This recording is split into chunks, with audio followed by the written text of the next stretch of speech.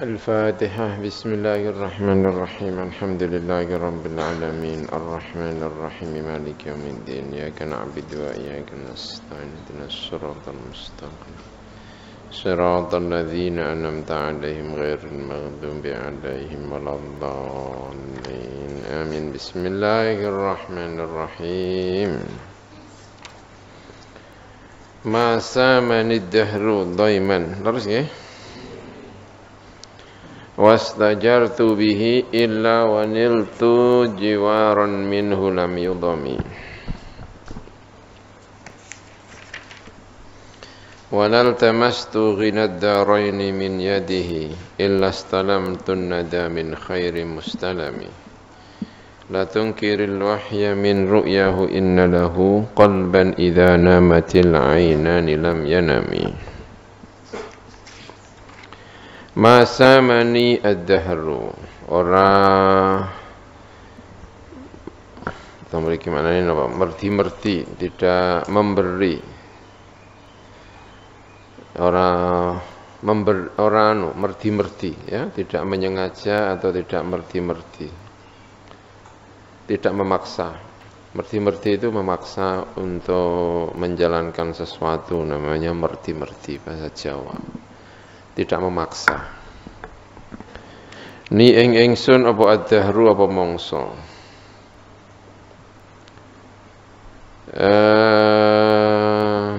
Daiman ing kedzaliman. Tidak memaksaku kepada kedzaliman. Maksudnya tidak memberiku kedzaliman. Yasumunakum su'al adzabi ya dalam Al-Qur'an surat Al-Baqarah. Masamani ad-dahru. Tidak apa ya maknanya ya? Tidak memberi gitu aja atau tidak apa ya? Tidak ini. Ni ingsun apa ad-dahru mangsa dhairan ing dhaiman ing kedzaliman. Wastajartu lan amre selamat sapa ingsun bihi kelawan Kanjeng Nabi.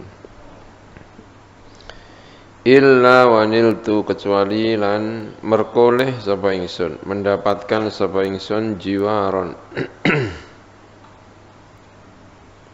Ing penjagaan. Minhu sangka Kanjeng Nabi lam yudhami ingkang ora den anggap remeh apa mengkono jiwar. Saya tidak ditimpa oleh musibah gitu ya. Saya tidak ditimpa oleh kezaliman. Ya, siapa yang menimpakan masa? Jadi kalau bahasa Arab itu kadang-kadang dinisbatkan kepada masa ya. Ya mestinya tidak masa ya, tetapi itu dinisbatkan kepada masa. Apa kira-kira ya penjelasannya? Kok dinisbatkan kepada masa? Ai ahlud dahri gitu ya. Ahlud dahri itu berarti manusia ya, manusia atau apalah pokoknya apapun yang ahlud dar, ahlul ini. Orang yang hidup di dalam masa tersebut semuanya berarti ya. Saya tidak tertimpa oleh kezaliman dari siapapun yang hidup di masa gitu ya, hidup di masa itu. Lalu saya mengharap keselamatan dengan Nabi Muhammad. Saya mengharapkan keselamatan kepada Gusti Allah dengan cara bertawasul kepada Nabi Muhammad. Kecuali saya benar-benar mendapatkan keselamatan itu. Pokoknya saya kalau kena musibah, ada yang menzalimi, siapapun yang menzalimi, lalu saya minta keselamatan kepada Allah dengan berwasilah kepada Nabi Muhammad, maka saya pasti akan mendapatkan keselamatan yang tidak remeh dari Kanjeng Nabi Muhammad sallallahu alaihi wasallam. Ya, berarti Ini cerita tentang wasilah, ya. Wasilah dengan Kanjeng Nabi Muhammad sallallahu alaihi wasallam. Kita tahu bahwa pengarang ini Imam Al-Busiri pernah mengalami penyakit namanya al-falij, yang pernah yang saya sampaikan itu, yang sakit sehingga badannya setengahnya itu tak bisa gerak. Lalu munajat, menulis, mendendangkan syair yang kita kenal dengan burda sekarang ini, lalu dia sembuh. Dan pengalaman Imam Al-Busiri, kalau sedang mendapat masalah itu beliau selalu untuk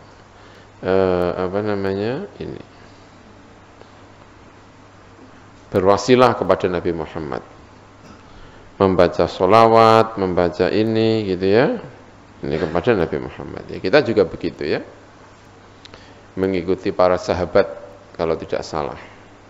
Kalau kita berdoa apapun selalu dimulai dengan alhamdulillah, kemudian sholawat kepada Kanjeng Nabi Muhammad sallallahu alaihi wasallam. Jadi alhamdulillahirabbil alamin gitu ya. Allahumma shalli wa sallim ala sayyidina Muhammad, apalagi ya, salatan tunjina biha min jami'il afat ya, wa taqdi lana biha jami'al hajat ila akhirih ya, wa tutahhiruna biha min jami'is sayyi'at wa tarfa'una biha indaka ala darajat wa tuballighuna biha aqsal ghayat min jami'il khairat fil hayati wa ba'dal mamat ya. Dimulai dengan salawat-salawat, bagian dari wasilah, diajarkan oleh guru-guru, diajarkan bahkan oleh ini ya, siapa namanya, para sahabat. Abdullah ibn Mas'ud mengatakan, idza arada ahadukum an yas'ala hajatan falyabda bimadhihi wa tsana'i alaihi bima huwa ahlu thumma yusalli ala maulana Muhammad thumma yas'alu hajatah. Jika salah satu di antara kalian kepingin meminta hajat kepada Gusti Allah, pertama memuji kepada Allah. Alhamdulillah hamdan yuwafi ni'amahu, memuji kepada Allah, lakal hamdu lakal syukru, memuji. Setelah itu membaca sholawat, baru minta hajat. Bagian dari sholawat. Masa manid dahru dhaiman, tidak memberiku, masa tidak memberiku kezaliman, lalu saya minta perlindungan kepada Allah dengan berwasilah kepada Nabi Muhammad, kecuali saya mendapatkan keselamatan yang tidak remeh. Yang ini, walal tamastu ghinad daraini min yadihi illa stalamtu nada min khairi mustalami. Walal tamastu, lan orang golek sapa ingsun, tidak mencari sapa ingsun ghinad daraini, ing kecukupan di dua rumah, rumah dunia dan rumah akhirat. Min yadihi, sangka astane Kanjeng Nabi. Tentu maksudnya tidak dari Kanjeng Nabi, minta kepada Allah melalui wasilah siapa? Kanjeng Nabi. Ya, mintanya tetap kepada Gusti Allah. Illa stalamtu, kecuali nrimo sapa ingsun annada, ing pemberian, ing kemurahan, ing pemberian. Nada itu aslinya pemberian ya, bisa juga maknanya apa? Hujan ya, karena pemberian. Min khairi mustalamin, sangka saapi-apike seseorang yang diterima, seseorang yang mustalam ilaih, mustalam minhu, orang yang dari dia kita menerima. Berarti apa itu namanya? Mustalam. Orang yang kita menerima hadiah itu dari dia, itu namanya apa? Mustalam. Mustalam minhu mestinya, tapi minhunya dibuang. Dan saya tidak mencari kecukupan di dunia dan di akhirat dari tangannya Kanjeng Nabi, kecuali saya menerima pemberian yang murah dari sebaik-baiknya orang yang darinya pemberian itu saya terima. Nabi Muhammad sallallahu alaihi wasallam. Itu. Tentu ini ada sebentuk husnudzon, ya. Ada sebentuk husnudzon. Karena yang menyampaikan ini belum sampai ke akhirat, ya kan? Masih hidup. Dia mengatakan kecukupan di akhirat, kecuali saya mendapatkan. Dari mana itu? Tahu kalau mendapatkan di akhirat, kan? Tidak tahu. Yang tahu kan hal-hal yang berkaitan dengan apa? Dunia. Kalau pemberian itu di dunia, mungkin sudah punya pengalaman banyak. Pokoknya saya kalau mencari kecukupan di dunia dan saya lalu berwasilah kepada Kanjeng Nabi, saya selalu mendapatkan pemberian yang murah. Ya. Tapi kalau minta akhirat, gimana cara membuktikannya itu? Saya tidak minta akhirat melalui Kanjeng Nabi kecuali saya mendapatkan pemberian. Memang sudah nyampe di akhirat? Kan belum, ya. Mungkin itu husnudzon, satu, ya. Atau maksudnya itu mungkin permintaan-permintaan yang kaitannya dengan akhirat, gitu. Ya Allah, semoga misalnya baca kitab kesulitan, ya. Iki apa to kok angel men. Itu kan itu permintaan dunia apa permintaan akhirat itu? Ya bisa dunia, bisa akhirat, ya, tergantung niatnya, ya. Tapi kalau niatnya baik kan akhirat, ya. Misalnya, ya Allah, tinggal 3 bulan lagi, juz 2 belum hafal. Wah, gitu. Lalu minta kepada Allah dengan wasilah apa? Kanjeng Nabi, semoga segera dihafalkan Al-Quran juz berapa? 2 misalnya. Lalu dengan wasilah itu diberi. Itu permintaan akhirat apa permintaan dunia? Akhirat, ya. Kan hafalan Al-Quran, ya kan? Akhirat lah insyaallah, ya. Amin ya rabbal alamin. Ya Allah, semoga Ramadan ini tarawih saya full. Itu. Amin ya rabbal. Itu permintaan dunia apa permintaan akhirat? Akhirat, ya. Minta lalu tawassul kepada siapa? Kanjeng Nabi. Allahumma shalli ala Muhammad. Itu, ya. Tawassul. Semoga tahun ini tarawih saya full. Ternyata tanggal 23 sakit sehingga tidak bisa tarawih. Tapi ndelalah jam 1:30 sembuh. Wah, gitu, ya kan, luar biasa. Lalu tarawih, ya kan? Berarti benar-benar diijabahi oleh Allah Subhanahu wa taala melalui tawassul kepada Kanjeng Nabi Muhammad sallallahu alaihi wasallam. Rumah saya jauh Gusti, gitu, ya, pengen pulang, enggak diizini karena ada pandemi. Ya Allah, berikan jalan, semoga bisa pulang. Itu dengan tawassul Kanjeng Nabi Muhammad sallallahu alaihi wasallam. Walal tamastu ghinad daraini min yadihi illa stalamtun nada min khairi mustalam. Ya, bisa, ya. Ini. La tunkiril wahya min ru'yahu inna lahu qalban idza namatil ainani lam yanami. La tungkir, ojo ngingkari sapa sira al wahya ing wahyu min ru'yahu sangka mimpine Kanjeng Nabi.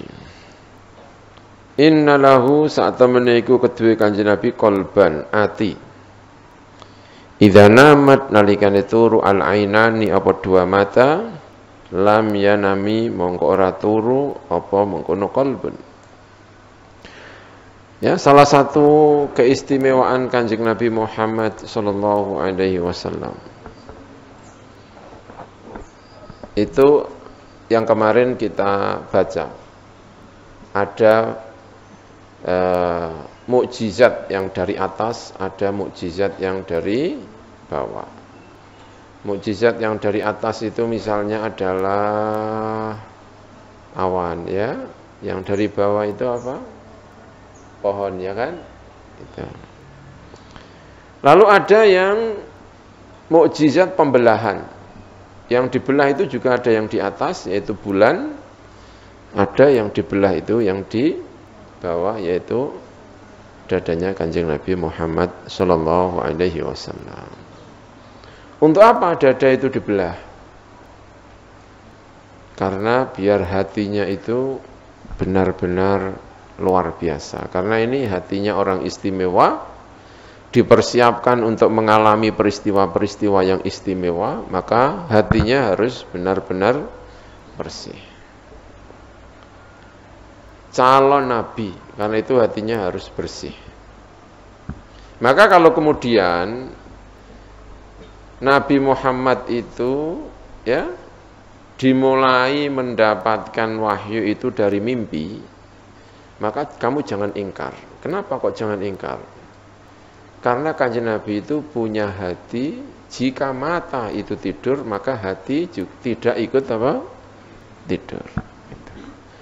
Padahal mimpi itu bukan dari mata, tetapi mimpi itu masuknya ke dalam hati. Jadi kita bisa membahasnya dari berbagai sudut, ya. Dari pengalaman pewahyuan. Di dunia ini tidak ada sesuatu yang datang secara tiba-tiba. Nah, ya, dunia ini selalu mengalami gradual, pelan-pelan, step by step, ya kan? Pelan-pelan, selangkah demi selangkah. Jangan berpikir untuk mendapatkan sesuatu secara instan, karena sesuatu yang instan itu biasanya tidak baik. Lakukan atau lalui langkah-langkah agar kita tidak menjadi manusia-manusia instan. Pokoknya yang instan itu biasanya bikin perut sakit, ya, mie instan, ya, apalagi makalah instan semalam, ya kan? Ada enggak makalah instan itu? Ada, ya.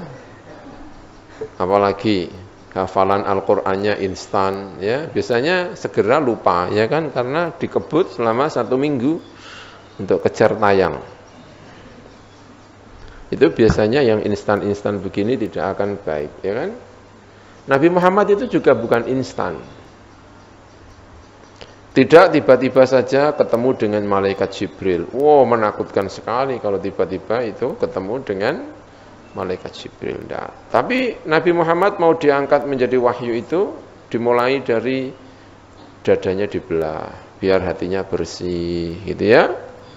Lalu dimulai dari mimpi.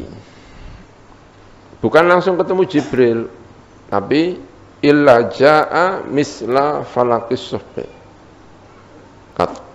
Kata Kanjeng Nabi itu, ya. Riwayat Sayyidah Aisyah. Kanjeng Nabi ketika pertama kali perkenalan dengan dunia gaib, pewahyuan, itu tidak langsung ketemu Jibril, tetapi ketemu dengan mimpi dulu. Yang mimpinya itu seperti falaqis subh, seperti sinar subuh yang cerah, terang benderang. Kalau saya memahami, kalau mimpinya nanti malam itu mimpi apa gitu, ya, besok itu jadi kenyataan. Ya, coba kamu mimpi kayak gini 3 hari aja kan sudah takut, ya. Sudah mulai bertanya-tanya, ada apa dengan diriku, ya, gitu. Misalnya malam nanti kamu mimpi orang tuanya datang ke sini jam 7 bener datang, misalnya, ya. Besoknya mimpi lagi jam kedua kosong, ternyata jam kedua juga kosong. Saya mimpinya kok mesti bener, ya, itu, ya. Besok mama mimpi lagi ada yang memberi uang 500.000. Ternyata tiba-tiba siang-siang ketemu orang manggil ngasih uang 500.000.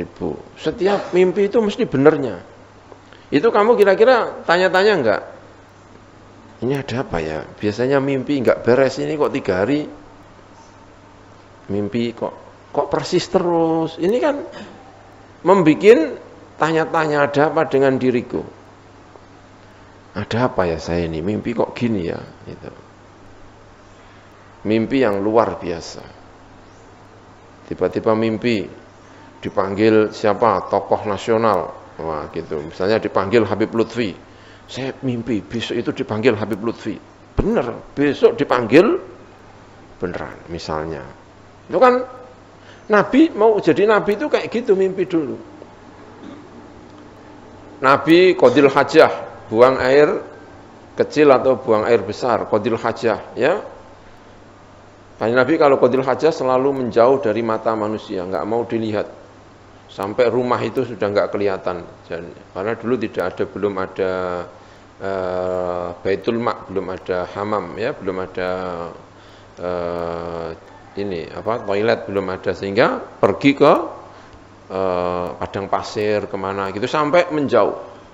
Setiap Kanjeng Nabi itu jalan-jalan mau qadil hajah menjauh, itu ada pohon, ada batu, itu selalu berkirim salam. Assalamualaikum ya Muhammad. Assalamualaikum ya Muhammad. Itu Kanjeng Nabi mau jadi nabi itu ada peristiwa-peristiwa untuk memberitahu kepada Nabi akan ada peristiwa besar. Jadi tidak tiba-tiba terus tangi turu ketemu Jibril, ya kan? Bar ndelok biskop, ujuk-ujuk bengi-bengi ketemu Jibril. Enggak.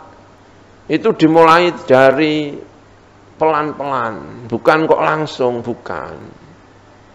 Makanya jangan berharap untuk menjadi instan, jangan ya. Nabi itu juga tidak instan. Gitu. Hubbiba ilahi al-khola, tiba-tiba Kanjeng Nabi senang ibadah di gua Hira. Jadi tidak. Nah, dimulai diantaranya tadi dadanya dibelah sehingga hatinya itu bersih. Ketika matanya itu tidur, hatinya tidak lagi tidur. Kalau kita matanya tidur, hatinya kemana-mana, ya, mimpi yang bukan-bukan, ya, mimpi apa, ya kan? Tuh. Nabi kalau mimpi baik-baik, kenapa? Karena hatinya hidup. Itu. Dan ketika Kanjeng Nabi itu mimpi, kamu jangan mengingkari. Kenapa? Karena sudah dimulai dari sejak hatinya dibersihkan oleh para malaikat. Innalahu qalban idza namatil ainani lam yanami.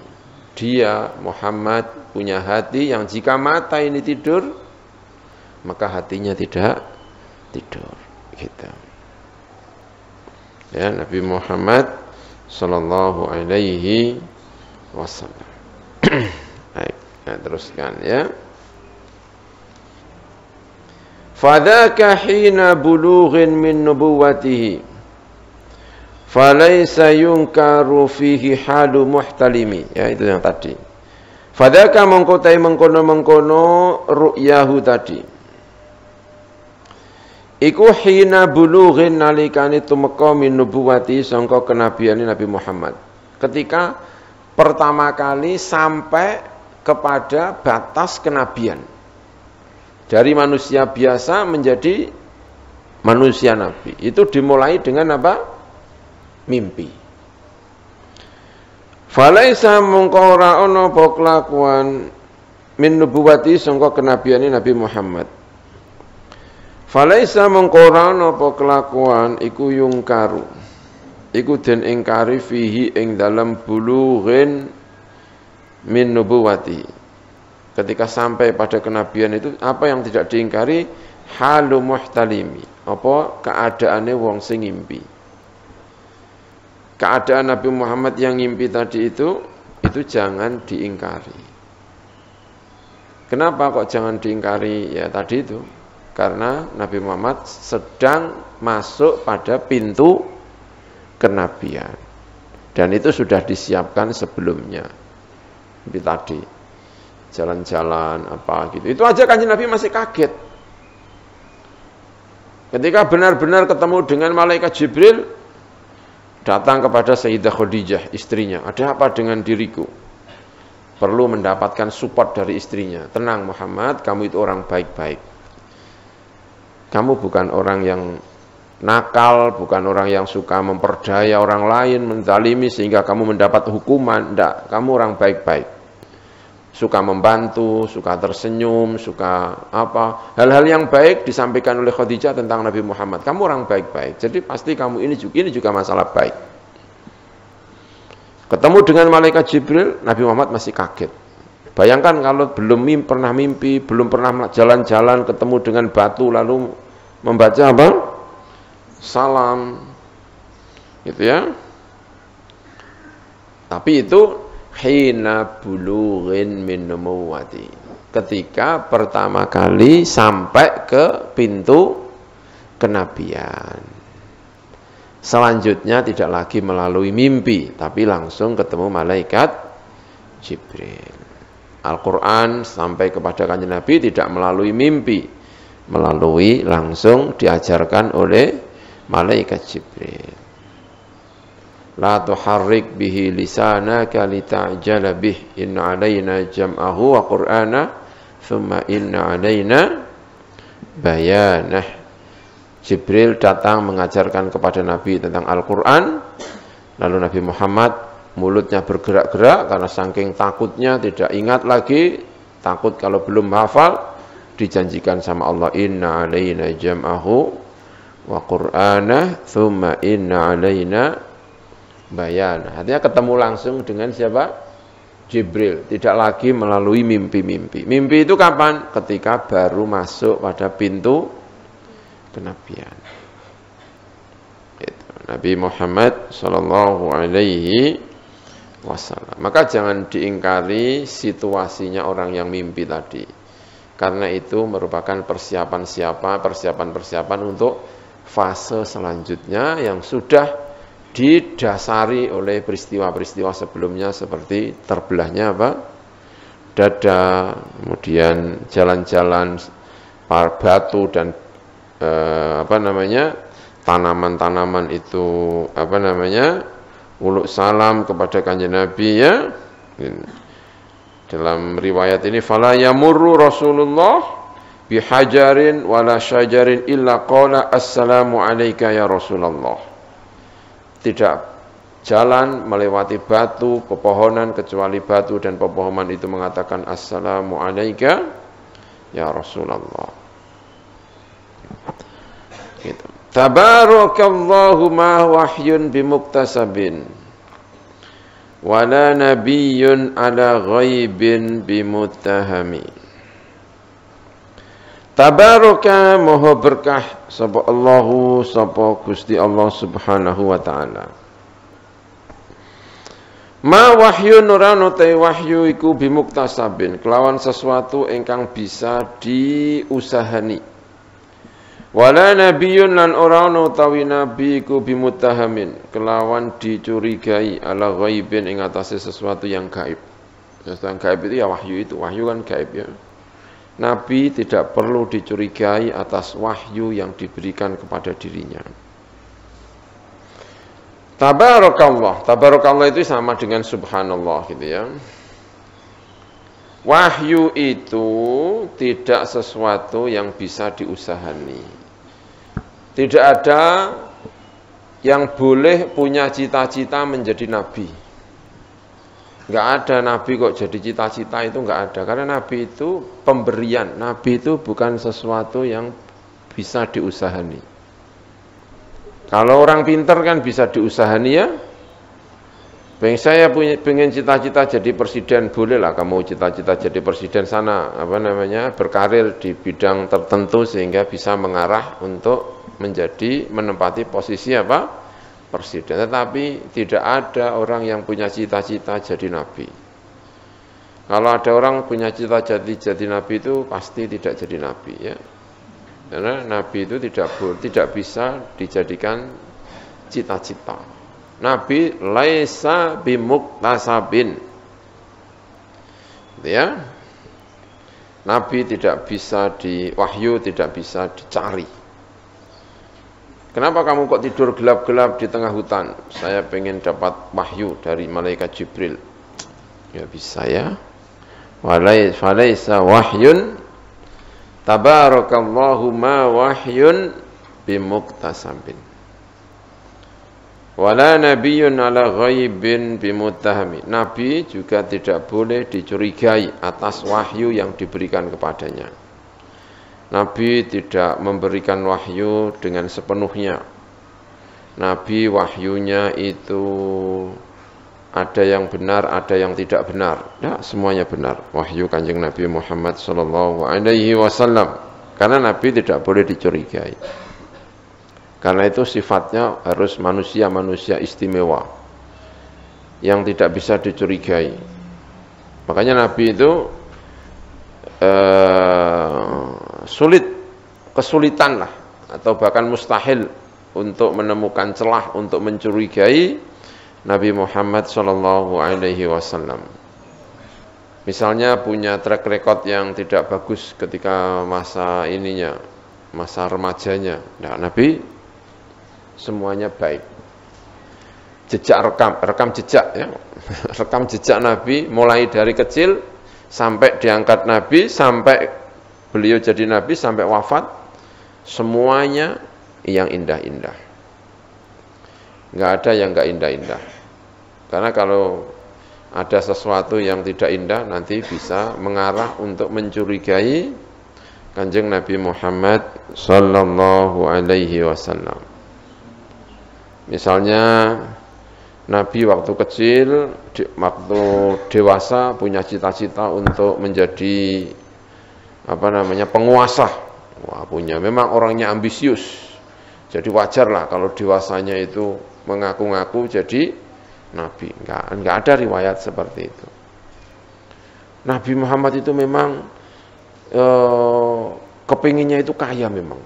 Saya tahu tuh sejak misalnya ada orang ngomong gitu, saya sudah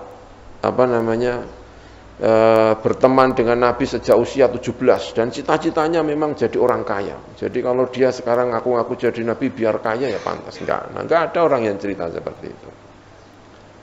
Nabi setelah menjadi Nabi bukan menjadi kaya, tetapi justru hidupnya jauh dari keadaannya sebelum diangkat menjadi Nabi. Nabi kaya, orang kaya Nabi, karena istrinya Sayyidah Khadijah dan Nabi itu ahli di dalam dagang. Alam yajidka yatiman wa wajadaka dhallan fada wa wajadaka ailan fa. Nah, kamu dulu miskin, sekarang kaya. Tapi setelah Nabi menjadi Nabi bukan malah kaya, tapi kemarin saya sampaikan ya, Nabi kepengennya satu hari makan, satu hari lapar. Jadi nggak bisa dicurigai. Nabi Muhammad sallallahu alaihi wasallam. Itu ya. Nah, wahyu itu sesuatu yang pemberian, given ya. Sesuatu pemberian. Mu'ton kalau bahasa Arabnya. Given, pemberian. Tidak sesuatu yang diusahani. Ada sebagian para ahli filosof ya mengatakan bahwa itu bisa diusahani. Nah, gitu. Tapi itu tidak bisa. Berusaha menjadi orang mulia, iya. Nabi Muhammad usaha-usaha menjadi orang mulia, iya. Tetapi mulia itu ada batasnya. Tidak bisa naik pada tingkat di mana di atas kemampuan manusia. Nah, Nabi itu telah melewati itu. Nah, ketika melewati itu adalah pemberian, given. Ada tangan-tangan gaib yang mengangkat Nabi Muhammad sehingga naik ke wilayah itu. Tabarakallahu ma wahyun bimuktasabin wala nabiyyun ala ghaibin bimuttahami. Kam abru'at wasiban billamsi rahatuhu wa atlaqat uraban min ribqatil lamami. Apa harokatnya di situ? Apa? Wa atlaqat apa? Ariban. Baik. Wa atlaqat ariban min ribqatil lamami. Kam abruat, pirang-pirang, seringkali abruat menyembuhkan. Wasiban ing wong kang loro. Bilamsi sebab sentuhan di tangan, sentuhan dengan sentuhan. Apa ingkang menyembuhkan rohatuhu, apa epe-epe Kanjeng Nabi, telapak tangannya Kanjeng Nabi.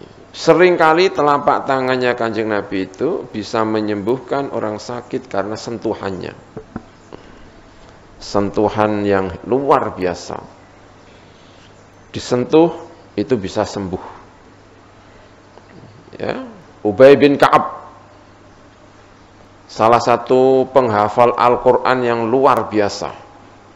Kalau kamu kepengen belajar Al-Quran, belajarlah kepada 4 orang. Di antaranya Ubay bin Ka'ab, kata Kanjeng Nabi. Ubay bin Ka'ab, penghafal Al-Quran, orang Madinah, sebelum masuk Islam, sempat masuk agama Yahudi. Bahkan kalau tidak salah, salah satu pimpinan agama Yahudi, ya kalau tidak salah, lalu masuk Islam. Ubay bin Ka'ab menjadi penghafal Al-Quran luar biasa. Lalu ketika konfirmasi tentang Al-Quran, setoran-setoran atau apa, tiba-tiba ada bacaan-bacaan yang berbeda. Ada yang innallaha ghafurur rahim, yang lainnya mungkin bacaannya apa atau apa, pokoknya ada yang berbeda ya. Ada yang wadduha, tapi ada yang bacanya wadduhi, ada yang bacanya apalagi, pokoknya yang berbeda-beda itu ya. Qiraah kan beda-beda ya. Lalu hatinya Ubay bin Ka'ab bertanya-tanya, ini wahyu beneran apa enggak ya? Pokoknya bertanya-tanya lah, ini yang benar seperti apa gitu ya. Saya kurang tahu ininya ya. Teksnya nanti dilihat kembali, agak ragu ya. Pokoknya bertanya-tanya. Lalu dijawab oleh Kanjeng Nabi, semuanya adalah Al-Quran. Qiraah-qiraah yang berbeda itu semuanya adalah apa? Al-Quran. Al-Quran diturunkan dengan ini, Al-Quran dengan turunkan ini, Al-Quran diturunkan dengan ini. Nabi menjelaskan. Lalu Kanjeng Nabi meletakkan tangannya di dadanya Ubay bin Ka'ab. Diletakkan di dadanya siapa? Ubay bin Ka'ab. Lalu kata Ubay bin Ka'ab, sejak saat itu saya tidak pernah ragu dengan Al-Quranul Karim. Jadi tangannya Kanjeng Nabi itu bisa ini. Ya, nanti kalau ada orang yang bingung-bingung dicoba ya. Tangannya coba diletakkan di keningnya. Kamu sakit apa? Bingung. Kalau tambah bingung ya berarti tangannya kurang sip ya kan. Tapi kalau ternyata yang disentuh itu kemudian sembuh, berarti kamu berarti manusia yang luar biasa, ya kan? Itu tangan-tangan yang luar biasa. Sudah pernah belum menyentuh orang yang orangnya jadi tenang? Belum pernah? Belum pernah? Ya sama ya, sebagainya. Ya, itu Kanjeng Nabi begitu. Sentuh langsung ini. Itu. Ubay bin Ka'ab manusia yang luar biasa karena pernah disentuh tangan oleh siapa? Kanjeng Nabi Muhammad sallallahu alaihi wasallam. Tentu itu tidak hanya cerita itu ya, ada cerita tentang Qatadah yang ketika dalam keadaan perang kemudian matanya itu jatuh ya, lalu nangis atau apa, itu datang kepada Kanjeng Nabi Muhammad sallallahu alaihi wasallam ya, ketika dalam perang Uhud matanya mungkin pas perang gitu ya, sehingga terluka bahkan matanya keluar, jatuh ke pipinya kalau tidak salah ya. Lalu datang kepada Rasulullah sallallahu alaihi wasallam, gimana ini Rasulullah, minta untuk disembuhkan Kanjeng Nabi ya. Lalu menyampaikan keluh kesahnya. Saya punya istri Rasulullah ya, yang saya cintai, yang luar biasa gitu ya, mungkin ya. Saya takut kalau dia melihat seperti ini dia tidak lagi mencintai diriku Rasulullah. Gimana ini Rasulullah, saya kepingin. Lalu dipasang lagi oleh Rasulullah, disentuh dengan apa? Tangannya, lalu sembuh. Bahkan disebut yang satu yang disembuhkan oleh Rasulullah itu adalah salah satu di antara keduanya yang baik, yang terbaik di antara dua matanya itu. Tangannya Rasulullah. Kam abro'at wasiban bil lamsi rahatuhu. Wa atlaqat lan ngudari apa rahatuhu. Tangannya Kanjeng Nabi ngudari. Ariban, kalau ariban berarti wong kang anduweni hajat. Orang yang punya hajat itu ya macam-macam ya, hajat kesembuhan atau apa gitu ya. Min ribqatil lamami, dari tali kegilaan. Lamam itu gendeng, junun itu al-lamam ya. Tangan Kanjeng Nabi juga bisa menyentuh orang yang sedang membutuhkan agar sembuh dari tali kegilaan. Maksudnya dari ikatan gila. Diudari hal yang menjadikan gila. Itu kalau ariban ya. Kalau aroban ya berarti wong kang anduweni hajat, aiza arobin. Min ribqatil lamami. Itu. Ya tentu ada cerita-cerita tentang seseorang yang sedang bingung atau apa gitu ya. Seorang perempuan kalau tidak salah ya. Ini ya, kalau di sini itu apa itu ya? Maruya anna imra'atan atat bisabiyin laha bihi ahadun famasaha ala rusyi fasyafahullah. Ya itu berarti yang tadi yang cerita tentang itu ya. Yang cerita tentang gila sehingga bisa sembuh oleh tangannya siapa? Rasulullah sallallahu alaihi wasallam ya, ada ceritanya, nanti dicari ceritanya itu. Ja'at imra'atun bibnin laha bihi jununun famasaha sallallahu alaihi wasallam sadrahu fathagha thaghatan. Seorang perempuan datang kepada Kanjeng Nabi menurut riwayat ini ya, membawa anaknya yang sedang ditimpa kebingungan, lalu dadanya disentuh oleh Kanjeng Nabi, lalu muntah-muntah, lalu anak itu menjadi sembuh ya. Ya, tangan-tangan Kanjeng Nabi Muhammad sallallahu alaihi wasallam ini bisa menyembuhkan banyak hal. Wa ahyati sanata syahba'a da'watuhu hatta hakat ghurratan fil a'surid duhumi. Wa ahyat lan ngurip-ngurip as-sanata ing paceklik taun, as-syahba'a ingkang syahba ingkang kering. Syahba itu yang putih, kuda atau apa itu yang putih ya. Kuda yang putih kalau tidak salah namanya syahba. Tanah yang berdebu saking putih karena tidak ada tanamannya ya. As-sanata ing taun, as-syahba'a ingkang syahba ingkang putih, maksudnya ingkang kering. Nabi menghidupkan itu berarti menghijaukan, memberi cahaya karena ada tanaman-tanaman. Apa sing menghidupkan? Dakwatu, apa dongane Kanjeng Nabi Muhammad sallallahu alaihi wasallam. Hatta hakat sehingga nyerupani apa sanah.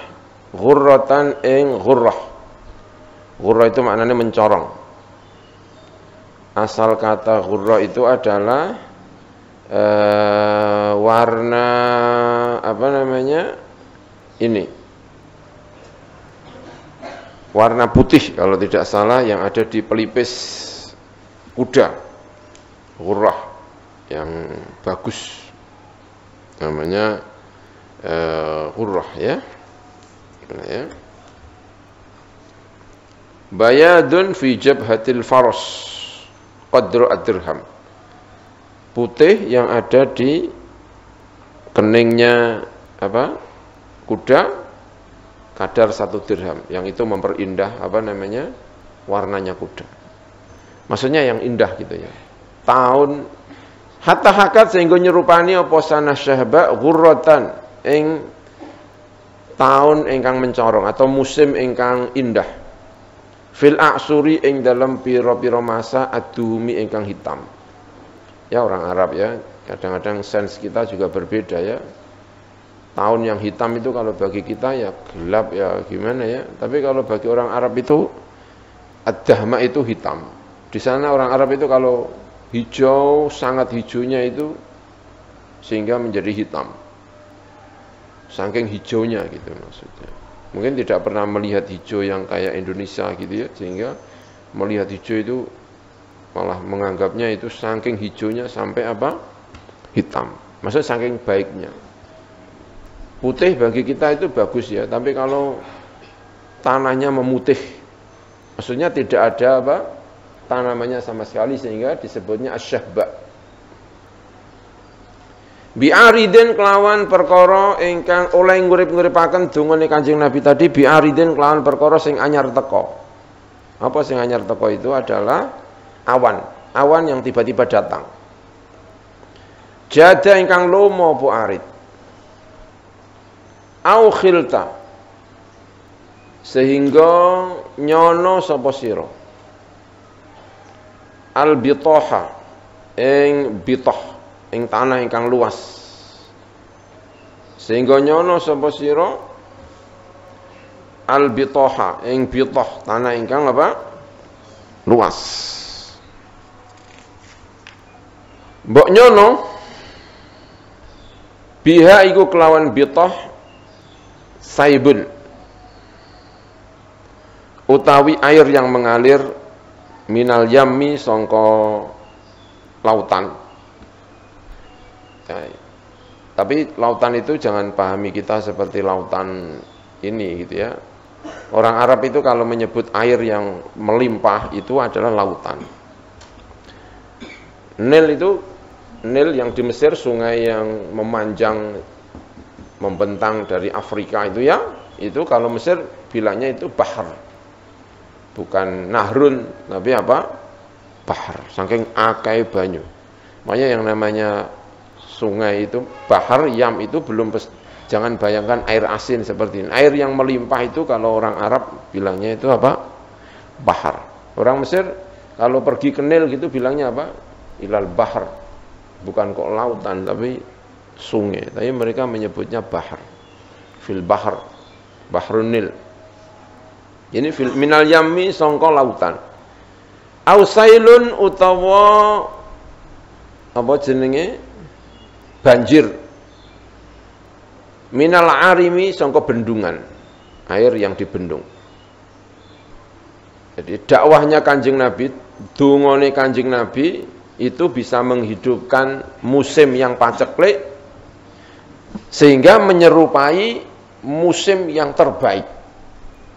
Hatta hakat ghurratan fil a'surid duhumi, dalam masa-masa yang subur, masa-masa yang hijau.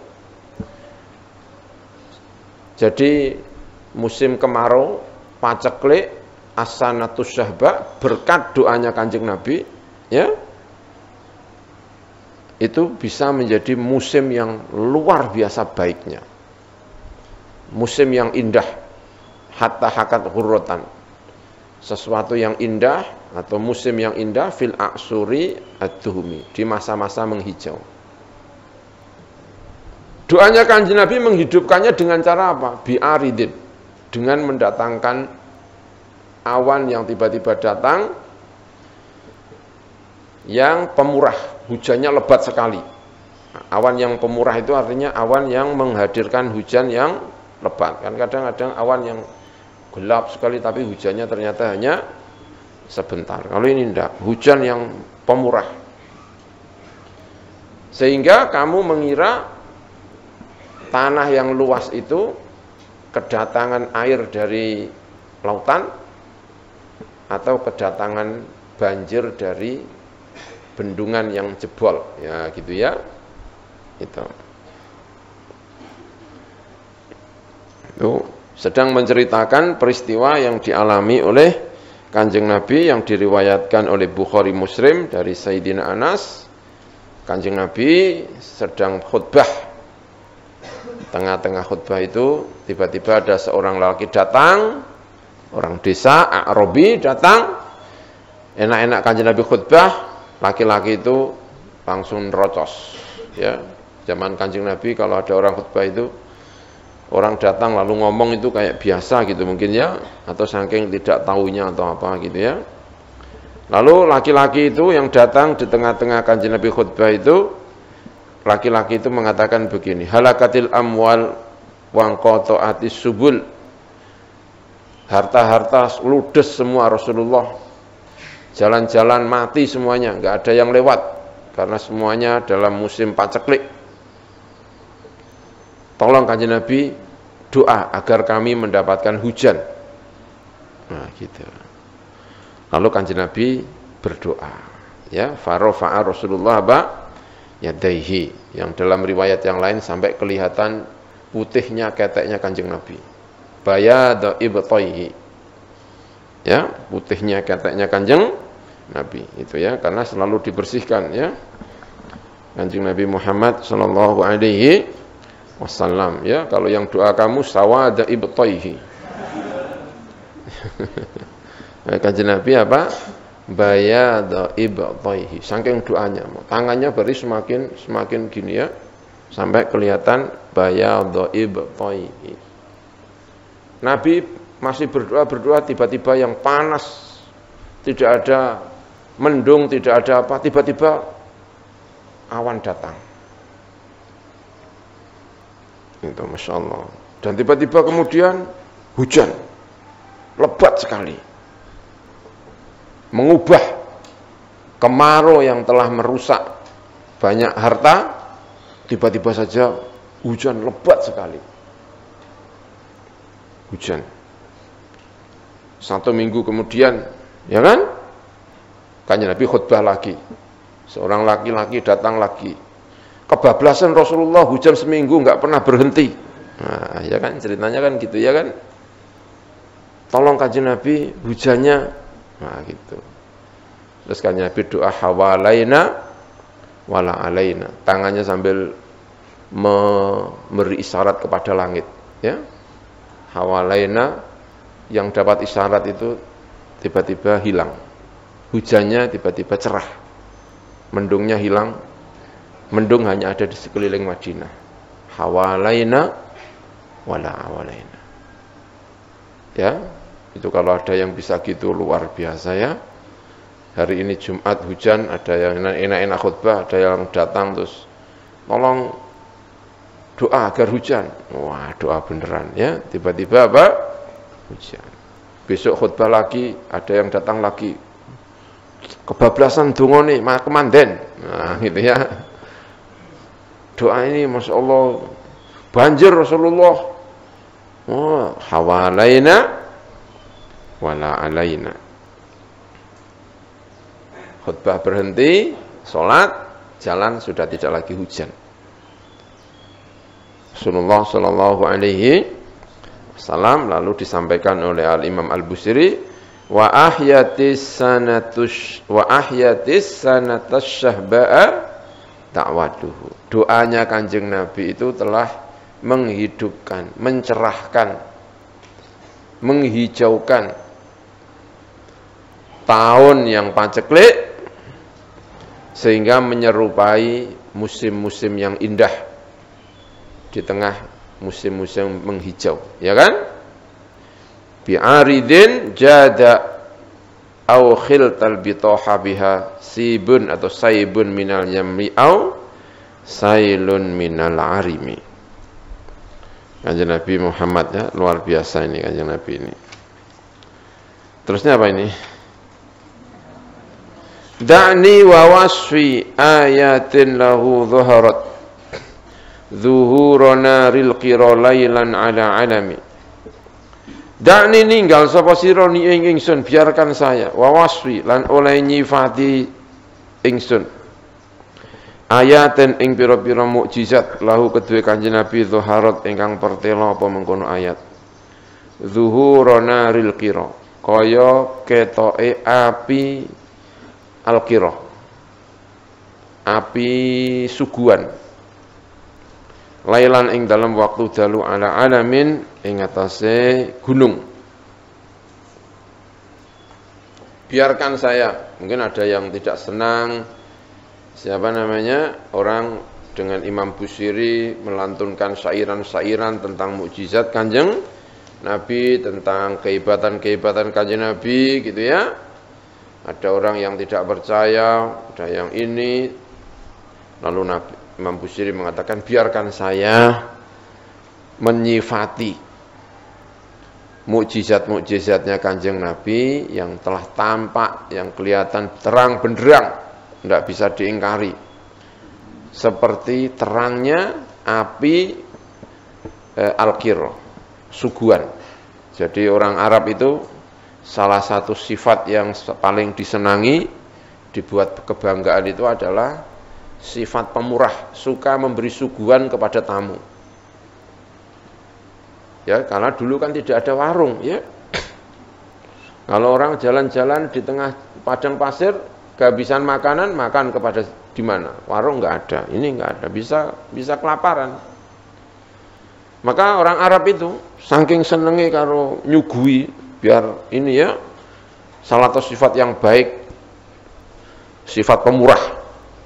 Salah satu sifat yang dipuji-puji di dunia Arab waktu itu adalah al-karam, pemurah. Salah satunya ditandai dengan rumahnya itu ada tandanya. Tandanya apa? Api yang dipasang di atas bukit yang tinggi biar kelihatan dari berbagai arah. Kalau ada orang jalan-jalan tidak punya makan, datang ke sini. Kamu saya beri makan. Itu orang Arab waktu itu. Ya, kayak ceritanya siapa itu? Ki Ageng Selo. Tahu Ki Ageng Selo enggak? Rumahnya mana Ki Ageng Selo itu? Grobogan, tahu enggak? Ya kan? Ki Ageng Selo. Ya.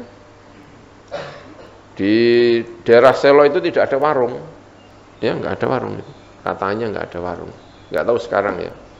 Dulu enggak ada warung karena enggak ada yang berani yang bikin warung. Karena Ki Ageng Selo itu dulu gelo karena ada tamu datang sudah makan di tengah apa? Jalan, katanya itu ya. Tidak menghormati tuan rumah, datang-datang kok sudah kenyang atau apa gitu. Itu Ki Ageng siapa? Selo. Makanya di daerah Selo itu katanya tidak ada apa? Warung. Itu katanya atau apa ya, lupa ceritanya seperti apa, pernah ke Selo dapat cerita itu. Tahu ada rumahnya Purwodadi enggak? Pasti tahu lah cerita-cerita tentang Ki Ageng Selo. Gitu. Atau Purwodadinya juga enggak tahu kalau ada cerita gini ya.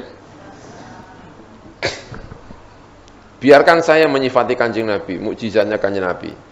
Ini benar, maksudnya ingin menyampaikan mukjizat kami itu benar. Biarkan saya rangkai dengan kata-kata yang indah, dengan kata yang ini. Wong itu enggak bisa diingkari. Diriwayatkan dengan berbagai jalur, diriwayatkan dengan itu Imam Busiri gitu ya.